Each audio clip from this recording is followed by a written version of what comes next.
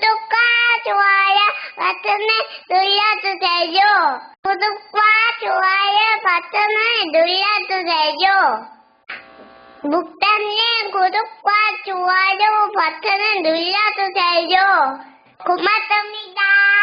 2024년 6월 23일 성령 강림의 5째 주일, 그리고 민족 화해주일 예배를 하나님께 드리십니다.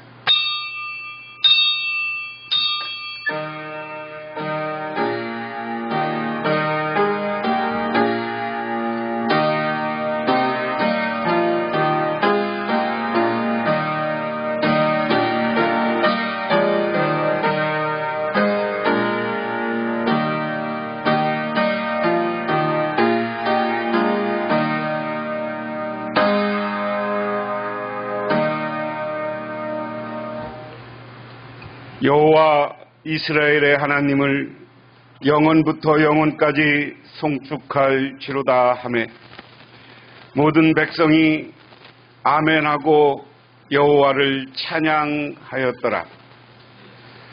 거룩하고 존귀하신 하나님 아버지, 하나님은 우리들을 크신 사랑으로 품어주시고 우리들이 하나님의 품을 떠나 죄를 짓고 타락하였지만 우리들을 구원하기 위해서 하나님은 하나님의 사자들을 보내주셨고 그들로 하여금 우리들에게 참된 구원의 길을 가르쳐 주셨습니다. 그럼에도 돌이키지 않는 우리 사람들의 모습을 보면서 하나님은 당신의 아들 예수 그리스도를 이 땅에 보내주셨습니다. 그리고 그분을 통하여서 우리와 하나님이 화해하고 사람과 사람이 화해하는 길을 열어주셨습니다. 하나님, 이 시간 간절히 바라고 원하옵기는 우리 민족이 서로에게 총구리를 겨누고 전쟁을 한 때를 기억하며 이제는 이 땅에 다시는 전쟁이 없고 하나님의 평화가 이루어지고 하나님의 사랑이 이루어지기를 기원하는 주일로 섬깁니다. 이 땅과 온 세계의 전쟁이 사라지고 하나님이 주시는 참 평화가 속히 찾아오게 하옵소서. 예수님 이름 받들어 기도드리옵나이다. 아멘. 하나님의 말씀 봅니다. 하나님의 말씀은 사무엘 하 12장 1절에서 9절, 구약성경 479쪽입니다. 여호와께서 나단을 다윗에게 보내시니 그가 다윗에게 가서 그에게 이르되 한 성읍에 두 사람이 있는데 한 사람은 부하고 한 사람은 가난하니 그 부한 사람은 양과 소가 심히 많으나 가난한 사람은 아무것도 없고 자기가 사서 기르는 작은 암양 새끼 한 마리뿐이라. 그 암양 새끼는 그와 그의 자식과 함께 자라며 그가 먹는 것을 먹으며 그의 잔으로 마시며 그의 품에 누움으로 그에게는 딸처럼 되었거늘. 어떤 행인이 그 부자에게 오매 부자가 자기에게 온 행인을 위하여 자기 양과 소를 아껴 잡지 아니하고 가난한 사람의 양 새끼를 빼앗아다가 자기에게 온 사람을 위하여 잡았나이다 하니 다윗이 그 사람으로 말미암아 노하여 나단에게 이르되 여호와의 살아계심을 두고 맹세하노니 이 일을 행한 그 사람을 마땅히 죽을 자라. 그가 불쌍히 여기지 아니하고 이런 일을 행하였으니 그 양 새끼를 4배나 갚아 주어야 하리라 한지라. 나단이 다윗에게 이르되 당신이 그 사람이라. 이스라엘의 하나님 여호와께서 이와 같이 이르기를 내가 너를 이스라엘 왕으로 기름 붓기 위하여 너를 사울의 손에서 구원하고 내 주인 집에 내게 주고 내 주인의 아내들을 내 품에 두고 이스라엘과 유다 족속을 내게 맡겼느니라. 만일 그것이 부족하였을 것 같으면 내가 내게 이것저것을 더 주었으리라. 그리한데 어찌하여 내가 여호와의 말씀을 업신여기고 나보기에 악을 행하였느냐. 내가 칼로 햇사람 우리아를 치되 암몬 자손의 칼로 죽이고 그의 아내를 빼앗아 내 아내로 삼았도다. 아멘. 신약성경 말씀입니다. 신약성경 말씀은 마태복음 18장 21절에서 35절, 신약성경 31쪽입니다.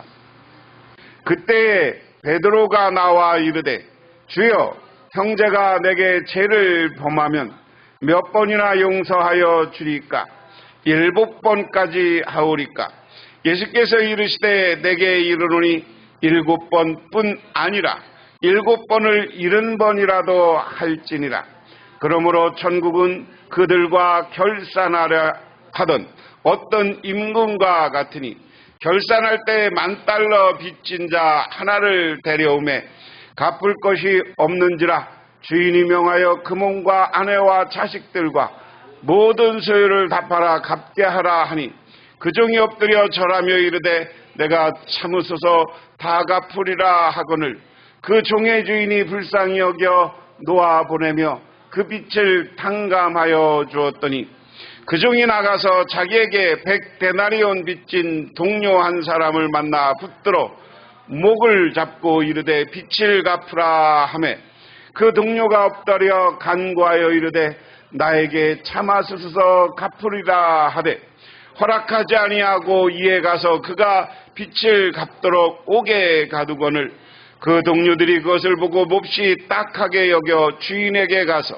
그 일을 다 알리니 이에 주인이 그를 불러다가 말하되 악한 종아, 내가 빌기에 내가 내 빚을 전부 탕감하여 주었거늘 내가 너를 불쌍히 여김과도 같이 너도 내 동료를 불쌍히 여김이 마땅하지 아니하냐 하고 주인이 노하여 그 빚을 다 갚도록 그를 옥졸에게 넘기니라.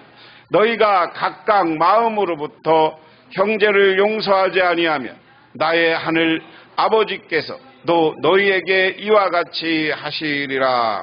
아멘.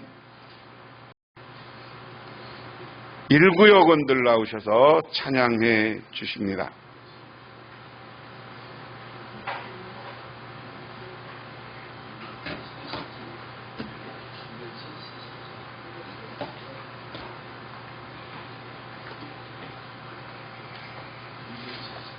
전쟁이라는 게 그렇게 무서운 거예요. 전쟁, 게임이 아니야, 전쟁은.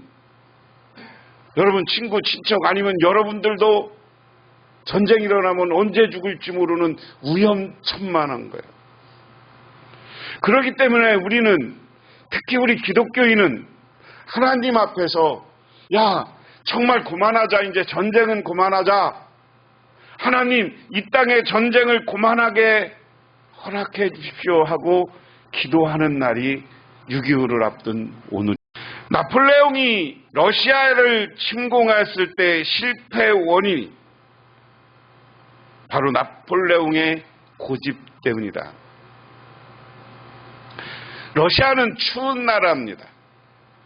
나폴레옹이 그 유럽을 점령하고 독일을 점령하고 자기가 황제에 등극하고 교만해졌어요.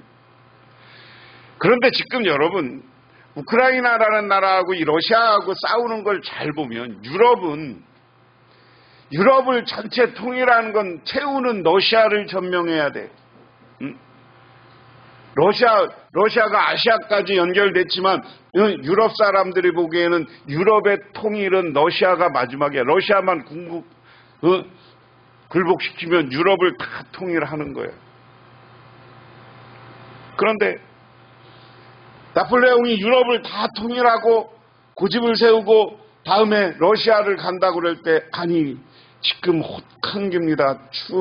춥습니다. 지금 가면 안 됩니다. 그런데 나폴레옹은 자기가 포병 장교수부터 시작한 사람이거든요. 폭 끌고 가면 돼. 가서 충분히 이길 수 있어. 그래서 갔다가 자기가 끌고 갔던 그 엄청난 포들 하나도 건지지 못하고 자기 병사들만 다 거기다가 쓰러뜨리게 하고 돌아와요. 나폴레옹뿐만 아닙니다. 히틀러도 유럽을 다 통일하고 아프리카 지역까지 다 자기가 점령하고, 그리고 마지막 남은 게 어디였어요? 러시아였어요. 전쟁사에서 러시아 전쟁 이야기라면, 독일과 러시아 이야기하는 건 독일의 실패도 겨울에 러시아를 쳐들어갔다가 해서 실패했다. 많은 세계의 위대한 지도자라는 사람들, 많은 세계의 지도자들과 역사적인 인물들이 왜 실패하느냐? 아집과 고집 때문에 실패한 거예요. 나폴레옹도 그랬고요. 히틀러도 그랬습니다. 오늘 구약성경의 본문은 또 실패한 사람, 그렇지만 하나님으로부터 용서받은 다윗의 이야기입니다. 오늘 12장 앞부분은 다윗이 우리아의 아내와 함께, 우리아의 아내가 바람피어서 임신하지만 우리아를 죽이는 이야기가 나와. 어떻게 했어요? 지금 이스라엘이, 다윗이 남왕국과 북왕국을 합치는 통일왕국의 왕이 됐어요. 그렇지만 계속 주변 나라와는 계속 전쟁 중이었다 하는 겁니다. 전쟁 중이었는데 자기는, 부하들은 전쟁 내보내고, 지난 시간에 다윗의 왕궁을 이방 사람이 왕궁을 지어줬다고 그랬어요. 백향목과 목재와 돌을 해서 왕궁을 지어줬어요. 이 왕궁이 나중에 이제 솔로몬에 가면 더 크게 14년 동안 왕궁이 지어지지만, 다윗 때는 간단하지만 꽤 괜찮은 왕궁이 지어진 거예요. 그런데 백성들은 지금 군인들과 자기 부하들은 어디 나가 있어? 전쟁터에 나가 있어요. 그런데 자기가 7년 통일전쟁도 치르고 여러 번 전쟁을 치렀는데 긴장해야 될 지도자가 이쯤 하면 되겠지 하고 어디 다니는 거예요? 응? 옥상 위에 왔다 갔다 했다는 거예요. 그러니까 밑에 이상한 소리가 나서, 물소리가 나서 보니까 우리아의 아내가 거기서 대낮에 목욕을 하고 있어. 그래서 어떤 주석가들은 우리아의 아내가 다윗을 유혹한 거 아니냐 이렇게 해서 또 여자들한테 편먹게 하는 사람도 있어. 근데 나는 그렇게 해석하면 안 된 거고. 더우니까 물을 껴줘야지. 그래요 안 그래요? 요즘 더우면 한여름에 옛날에 여러분 등목하고 해요 안 해요? 하잖아요. 응? 우리나라 지금 30도 40도 올라가서 더워도 그냥 낮이면 움직이지 말라고 그러는데 요새 더우니까 텔레비전에 나오니까 되도록이면 낮에 활동하지 말래. 활동 안 하면 어떻게 일해야 되는 사람들, 참 속편한 사람들 이야기라고 나는 가끔 생각해. 낮에 아예 돌아다니지 말라고 요새도 광고하는데, 이 나라는 40도 50도 올라가는 나라입니다. 물론 조금 다른 건, 우리보다 조금 더위를 견디기가 조금 나은 건, 우리가 어제 그저께까지만 해도 이게 습기가 없을 때는 더워도 견딜 만이야. 근데 오늘 아침에는 급급하고 짜증나더라고. 비 온 다음에 온도가 올라가면 어떻게 짜증나. 그래서 습기와 함께 더워지면 짜증이 나는 거고, 하고 덥기 때문에 낮에 목욕하고 물 샤워하고 할 수밖에 없는 상황 아니에요. 요즘처럼 선풍기가 있는 것도 아니고 에어컨이 있는 것도 아니고 이 나라에서 근데 다윗이 가만히 생각해 보세요. 자기가 자기 왕으로서의 업무에 충실했다면, 열심히 왕으로서 보고받고 저기 전쟁터에 나간 군사들에게 지원해 줄 거 없나 뭐 이런 거 하고 있다면 밧세바가 목욕하거나 말거나 쳐다봤겠어요? 못 쳐다봤겠어요? 못 봤을 거야. 근데 이게 다 군사들을 해놓고 지금 자기가 통일한 왕이 되니까 조금이 아니지 많이 교만해졌어요. 또 하나는 너무 여유를 부리게 됐어요. 우리가 세상에 살면서 제일 중요한 게 적당한 긴장감은 우리를 성장하게 한답니다. 그게 우리가 일을 할 때 스트레스로 오기도 하지만 적당한 스트레스를 극복해 나가는 과정을 통해서 우리 사람은 희열을 느끼는 거예요. 어떤 일을 성취하고 일을 만들어가는 가운데 희열을 느껴요. 그런데 다윗은 그냥 덥기도 하니까 한가하게 옥상에 가서 왔다 갔다 하고 있었던 거예요. 밑에 보니까 우리아의 아내가 벗고 저러고 다니니까 꼬셔갖고 그래서 그 부정을 저지르잖아요. 참 조심해야 돼요. 우리가요 이런 거 보면 이 긴장을 풀리고 자기가 이제는 됐어 하는 순간 사람은 실수하게 돼 있고 죄짓게 돼 있고 잘못하게 돼 있는 거예요. 그러면 그럴수록 우리가 더 하나님을 바라보고 기도해야 되는 거예요. 사람이 나는 누구든 마찬가지예요. 내가 할 일을 끝까지 성실하게 해야 돼요.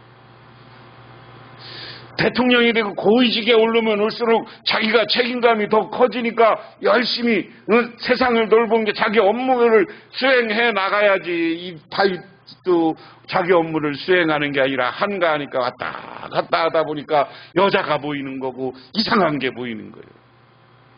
그래서 아기를 가졌네.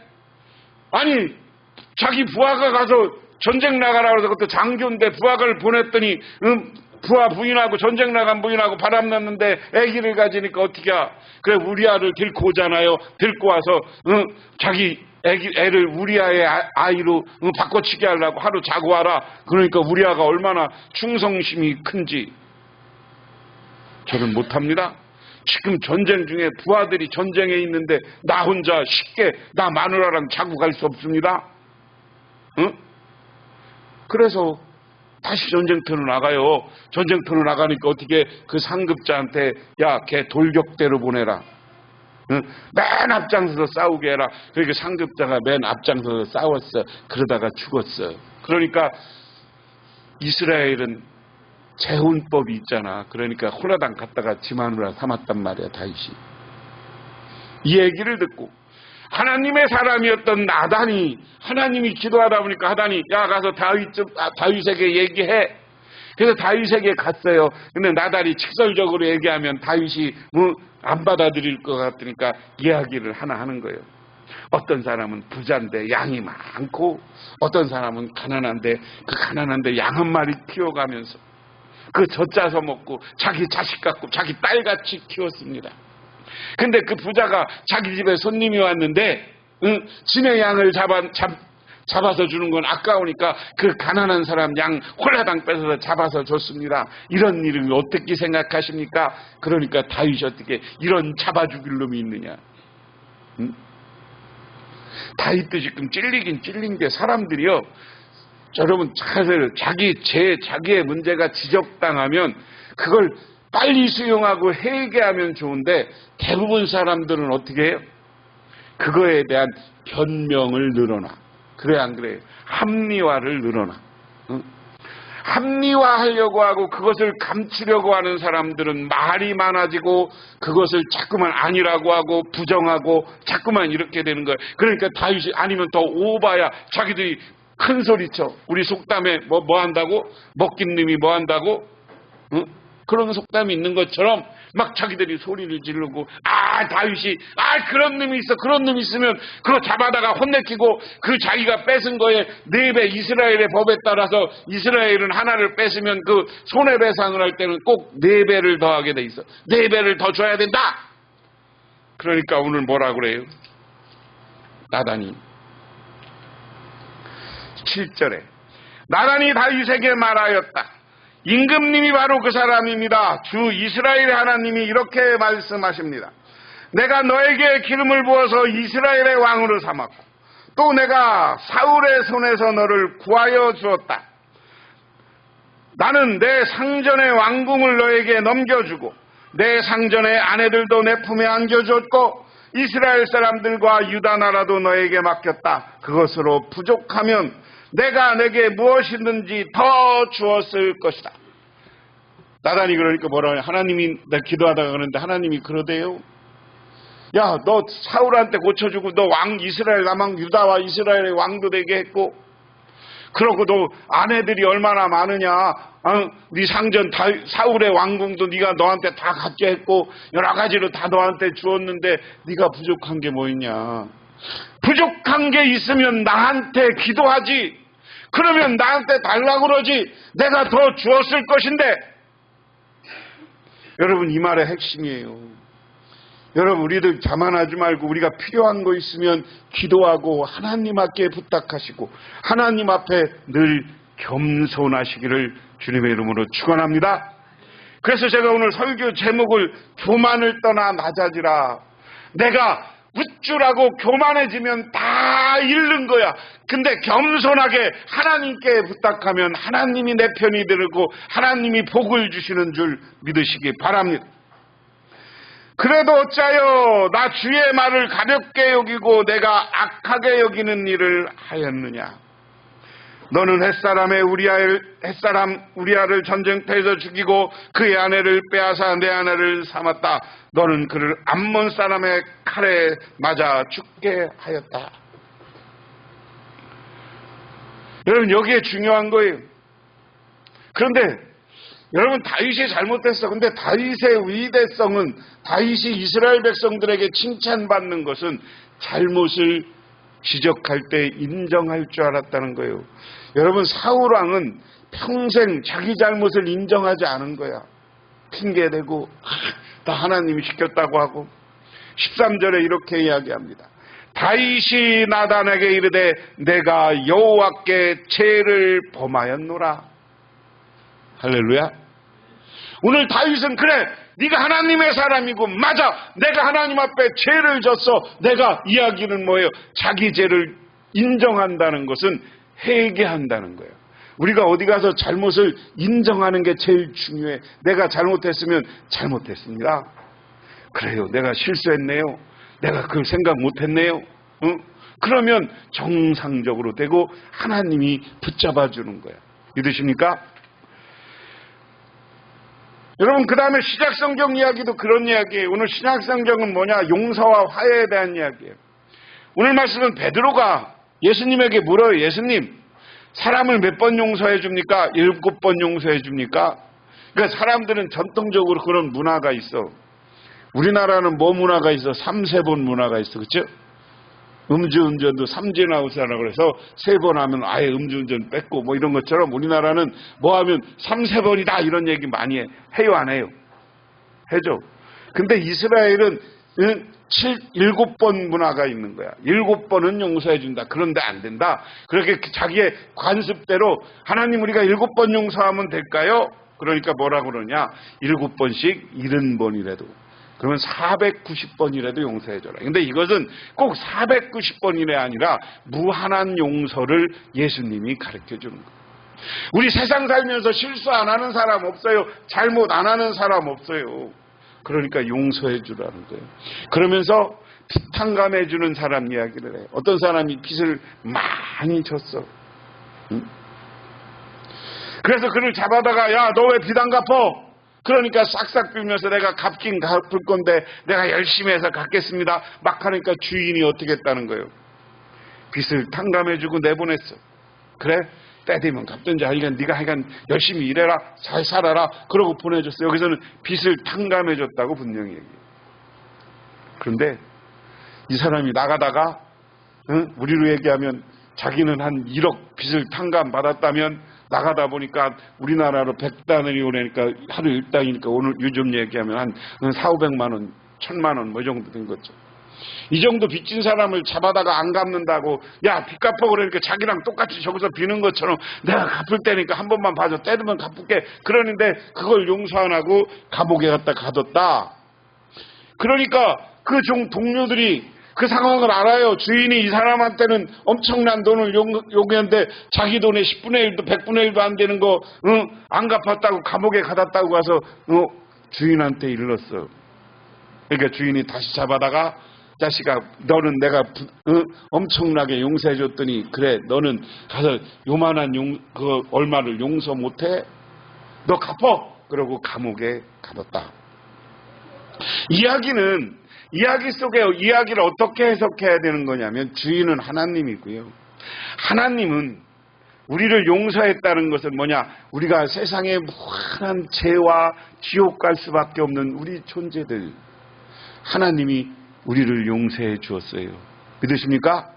죄를 구원하기 위해서 예수 그리스도를 보내주시고 예수 그리스도를 믿는 자에게는 천국 백성, 천국 가는 자격을 부여해 주었는 줄 믿으시기 바랍니다. 이게 하나님의 용서예요. 용서예요. 그런데 우리는 왜 세상 사람을 향해서, 우리 교인들을 향해서 용서할 줄 모르고 사느냐? 좀 여러분 너그러운 마음으로 우리 교인들을 바라보세요. 너그러운 마음으로 친척들과 이웃을 바라보세요. 정말 아유 죽이고 싶고 망했으면 좋고 하는 때도 있어. 왜? 그 하는 짓이 너무나 그러니까. 그런데 제가 지난주에 그 얘기했잖아요. 사랑에도 스펙트럼이 있다고. 진짜 사랑은, 원수도 사랑하는 건 그냥 미우면 살게 내비두는 것도 사랑이야. 관심 꺼. 응? 내가 적극적으로 뭐 하지 말고 그냥 그렇게 살아가게 하는 것도 사랑의 한 파트너야. 방법이랴. 그 말 듣고 나 수긍을 했다니까. 그냥 여러분들이 그 사람한테 해코지만 안 하면 돼. 살게. 적극적인 사랑은 내 것을 다 줘서 목숨을 바쳐서 사랑하는 거요. 근데 우리 하나님은 아무 때나 여러분의 목숨을 요구하지 않아. 그냥 여러분 가족과 이웃을 넓은 마음으로 용서하고 사랑할 줄 아는 저와 여러분이 되시기를 주님의 이름으로 축원합니다. 그렇게 될 때, 그렇게 될 때 우리 세상이 아름다워지는 거예요. 아까 얘기했지만 6.25를 맞으면서 때려잡자 하면 안 돼. 북한 사람들 너그러운 마음으로, 지도자들은 문제가 있지만 여러분 북한이 지금 난리가 난 게 다시 굶어 죽을 위기에 왔다는 거예요. 그러니까 김정은이가 밀농사 잘하는 러시아한테 손 안 내밀 수 없는 거고, 중국에 손 안 내밀 수 없는 거고, 다른 나라에서는 북한에 그런 거 수출 안 하잖아요. 딱 그 핵무기 만들고부터 유엔이 딱 해서 못 하잖아요. 응? 그것 때문에 고생하는 거예요. 그 90년대 고난의 행군한 것처럼 북한이 다시 그런 위기가 있다. 북한이 지금 휴전선 쪽에다 장벽을 쌓는다고 그래요. 장벽을 쌓는 목적은 우리 탱크 가는 거 막는 거지만 전쟁 안 하면 탱크 안 가. 왜 장벽을 쌓을까? 굶어 죽으면 북한 탈북자들이 훨씬 더 많이 생길 것으로 예측하는 거예요. 왜? 90년대 그랬기 때문에. 응? 그러니까 이거 막아야 되는 거야. 왜? 백성이 없으면 나라가 존재하나. 여러분 동독이 망하고 전부 공산권이 망한 건 간단한 거요. 동독과 서독, 동베르린, 서베르린 그 장벽을 쌓아놨는데 장벽 통과하는데 그냥 가게 돌아. 동독 장관이 여기 필요 없으면 가. 다 갔어. 베르린 시민들이 서독 쪽으로 다 가니까 일꾼이 일할 사람 공장이 안 돌아가니까 나라가 망하는 거요. 북한이 그거 모르겠어요. 지도자들이 우리도 정말 저 북한도 전쟁 준비하고 핵무기 저거 포기하고 백성들을 위해서 돈 쓰고 백성들이 잘 살아지기를 우리는 기도해야 돼요. 왜? 나쁜 놈들 쳐다보지 말고 거기서 불쌍한 사람들 바라보는 시각들도 필요한 거야. 그래서 원수까지도 용서할 수 있는 사람이 되시기를 주님의 이름으로 축원합니다. 오늘 선교사님이 자기가 어떤 교회 선교사로 나가서 전해진 일이에요. 어느 마을에 전도를 했는데 마을 사람들이 교회를 오기 시작해.